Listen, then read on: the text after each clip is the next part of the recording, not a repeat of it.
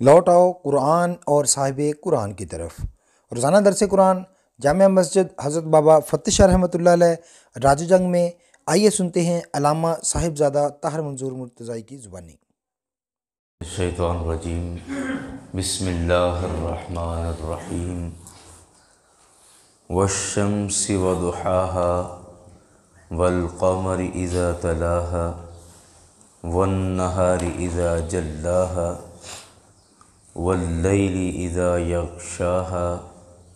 والسماء وما بناها والارض وما طحاها ونفس وما سواها صدق اللہ العظیم۔ یاران گرامی، آج کے سبق میں ہم سورہ الشمس پڑھ رہے ہیں، اور ترتیب کے اعتبار سے یہ قرآن پاک کی 91 نمبر صورت ہے، اور تمام مفسرین کا اس سورہ مبارکہ پر اتفاق ہے کہ یہ مکی سورہ مبارکہ ہے، یعنی ہجرت سے پہلے نازل ہوئی ہے۔ اس سورہ مبارکہ میں اتنی زیادہ قسمیں ارشاد فرمائی گئی ہیں، اور وہ قسمیں ارشاد فرما کے پھر اگلے مضمون کو بیان کیا گیا ہے، جو کہ بڑا مناسب سا مضمون ہے اور بڑا نپا تلا کہہ لیجیے۔ ترجمہ ہی بس کرتے ہیں، اور صرف ترجمے سے ہی میرے خیال یہ ساری بات واضح ہو جائے گی، کوئی اس کی زیادہ وضاحت کی ضرورت نہیں۔ اللہ تعالیٰ نے ارشاد فرمایا والشمس، قسم ہے مجھے سورج کی، وضحاها، اور اس کے روشن کرنے کی، سورج کی اور سورج کے جہان کو یا زمین کو روشن کرنے کی قسم۔ دو قسمیں۔ تیسری فرمایا والقمر، مجھے چاند کی قسم ہے، اذا تلاها، جب وہ سورج غروب ہونے کے بعد نکلتا ہے۔ آپ دیکھتے ہیں کہ بعض دفعہ سورج بھی نکلا ہوتا ہے، چاند بھی نکلا ہوتا ہے عصر کے ٹائم پہ تقریباً، تو یہ کسی بھی قمری مہینے کی 15 تاریخ کے بعد تقریباً یہ معمول بنتا ہے، اور 15 تاریخ سے پہلے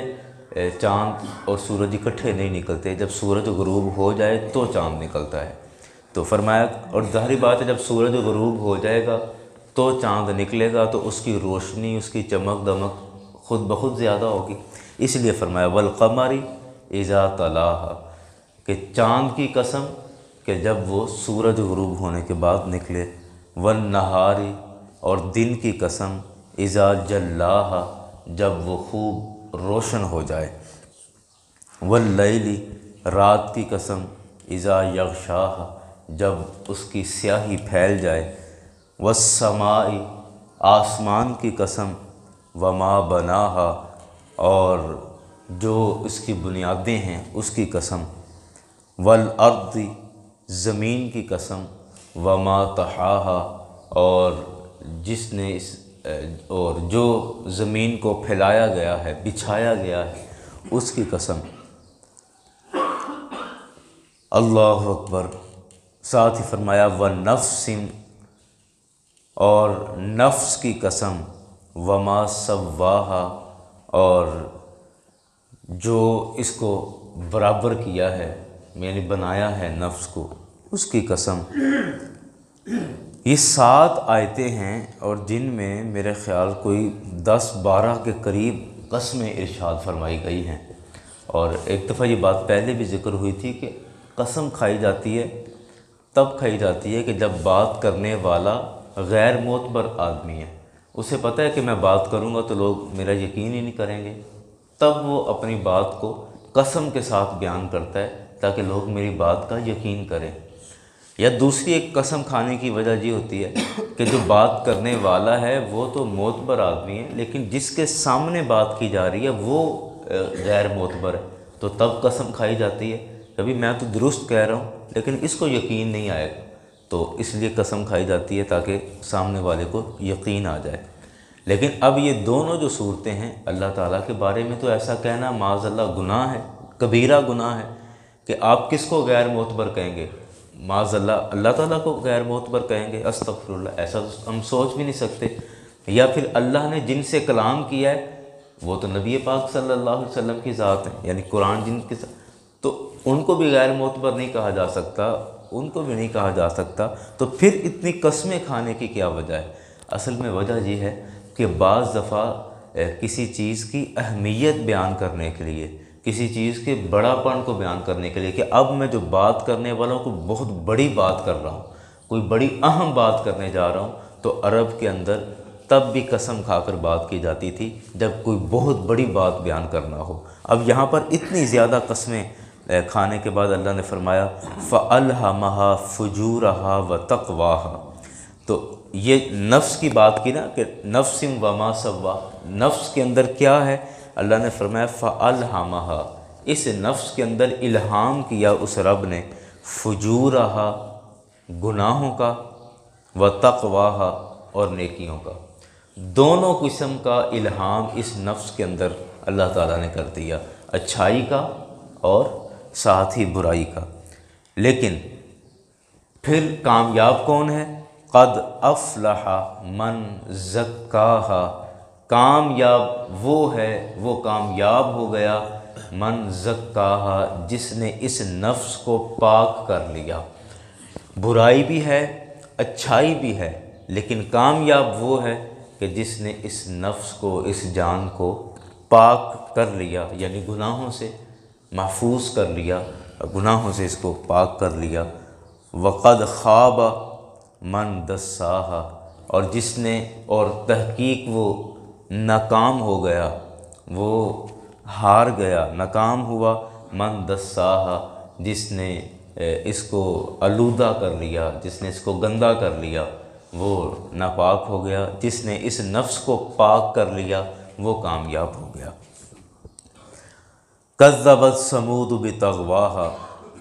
ثمود نے یعنی قوم ثمود نے اپنے نبی کو جھٹلایا تھا اپنی سرکشی اور نادانی کی وجہ سے۔ اذ انبعث اشقاہا،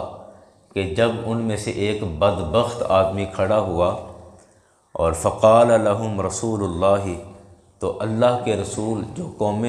ثمود کی طرف اللہ کے رسول آئے تھے، انہوں نے اس قوم سے کہا تھا کہ ناقۃ اللہ، کہ یہ اللہ کی اونٹنی ہے، وسقیاہا، اور اس کے پانی پینے کی بھی ایک باری ہے۔ جب قوم ثمود نے یہ اصل میں صرف ایک مثال دی جا رہی ہے، واقعہ بیان نہیں ہو رہا اس میں، اس سورہ مبارکہ میں یہ اونٹنی والا صرف ایک مثال کوٹ کی جا رہی ہے کہ جب حضرت صالح علیہ السلام، یعنی قوم ثمود میں حضرت صالح علیہ السلام سے جب مطالبہ کیا گیا کہ آپ اللہ کے نبی ہیں تو کوئی معجزہ دکھائیں، تو آپ قوم ثمود جو تھی، صالح علیہ السلام کی جو قوم تھی، یہ پتھر کی بڑی کاریگر تھی، بڑی مہارت کے ساتھ پتھر کو بنانا، سنوارنا، یہ وہ سب طرح کے کام کرتے تھے، سنگ تراشی کے ماہر تھے۔ تو حضرت صالح علیہ السلام نے پتھر سے زندہ اونٹنی باہر نکال دی، معجزہ تھا، اللہ تعالیٰ کی طرف سے تھا۔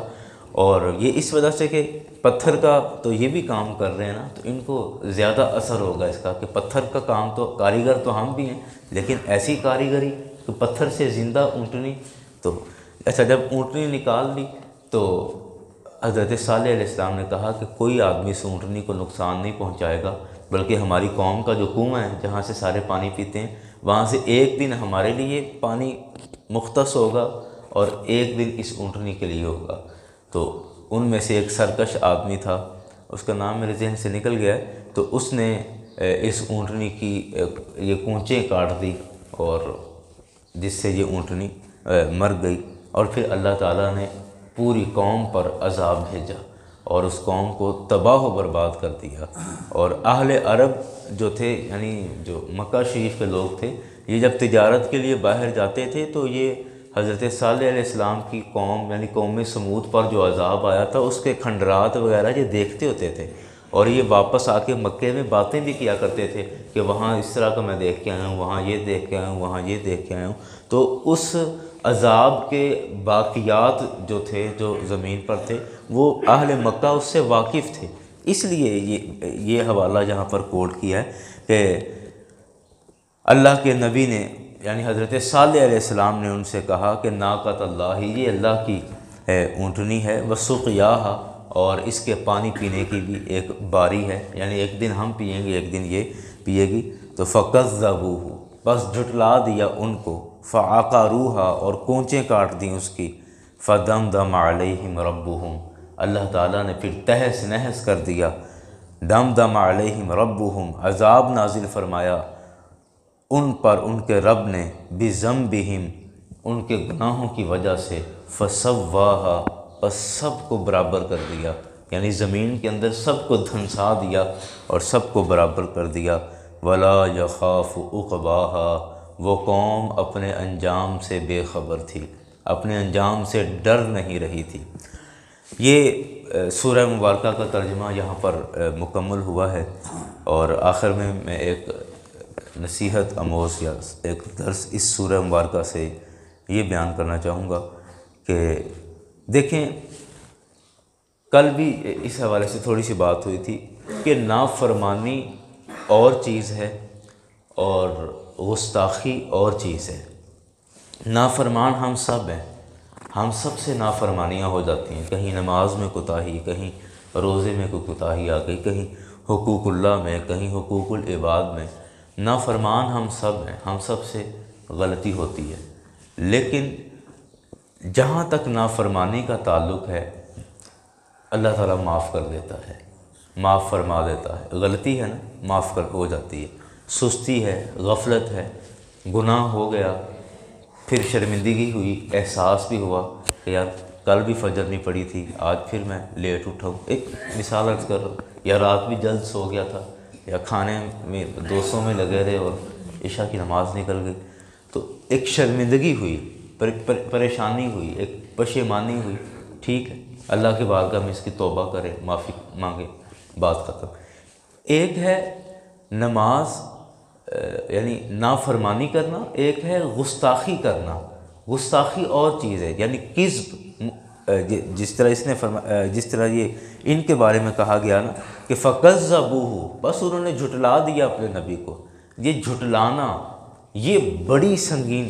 چیز ہے، بڑی سخت چیز ہے۔ جھٹلانے کا مطلب، کوئی صاحب کہتے ہیں کسی طرح کی نیکی کا بھی آپ کو کہا جاتا ہے کہ یار یہ بڑا اچھا کام ہے، یہ نیک کام ہے، آپ اس میں حصہ لو، آپ بھی اس میں شامل ہو، تو ہم اس نیک کام کا مذاق بنائیں۔ اچھا پتہ ہے مجھے اس کا، نماز کا جیسے ٹکرا ہی نہیں، بس مارنے جاندے نے لوگ، اور انہوں نے پتہ ہے ایک نماز پڑھا، معاذ اللہ ثم معاذ اللہ استغفر اللہ۔ ابھی ماہ رمضان الحمدللہ آنے والا ہے، اور اس ماہ میں ہم دیکھتے ہیں کہ ہمارے بالخصوص جو نوجوان بچے، اب تو خیر سارے تقریباً استعمال کرتے ہیں، فیس بک پہ آپ دیکھ لیں یا واٹس ایپ پہ ادھر ادھر دیکھ لیں گے، تو روزوں کا مذاق بنایا جاتا ہے، ایسے ایسے لطیفے سینڈ کیے جاتے ہیں جس میں روزے کے حوالے سے کوئی نہ کوئی مذاق، کوئی نہ کوئی اس طرح کی مزاحیہ بات لکھی ہوتی ہے۔ ہمیں کم از کم اتنا سوچ لینا چاہیے کہ یہ ہم مذاق کس کا بنا رہے ہیں؟ اللہ کی عبادت کا۔ صرف اتنی سی بات ہمارے ذہن میں آ جائے کہ یہ مذاق ہم کس کا بنا رہے ہیں، اللہ کی عبادت کا یا اللہ کا، کس کا مذاق ہے؟ بس اتنی سی بات ہم سوچ رہے ہیں۔ تو یہ اس طرح کے میسیج جس میں روزے کے حوالے سے، تو یہ سب چیزیں جو ہیں، اب میں کسی کی نیت پر نہیں شک کرتا، اور نہ مجھے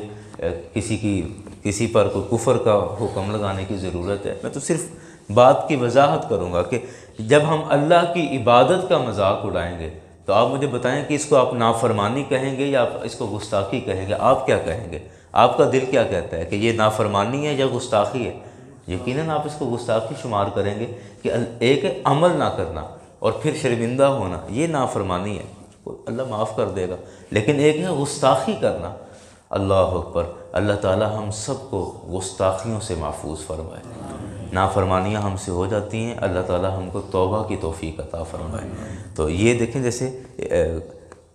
اس قوم سے گناہ ہوا، لیکن جب ان کو منع کیا گیا تو الٹا انہوں نے مذاق اڑایا، پہلے تو بگاڑ لے، میرا کیا بگاڑتا ہے؟ تو اللہ تعالیٰ نے پھر فرمایا کہ اپنے انجام سے بے خبر تھے، اپنے انجام سے ڈرے نہیں یہ، اور پھر ان کو ایسا تہس نہس کیا کہ قیامت تک لوگ ان کی مثالیں دیتے رہیں گے۔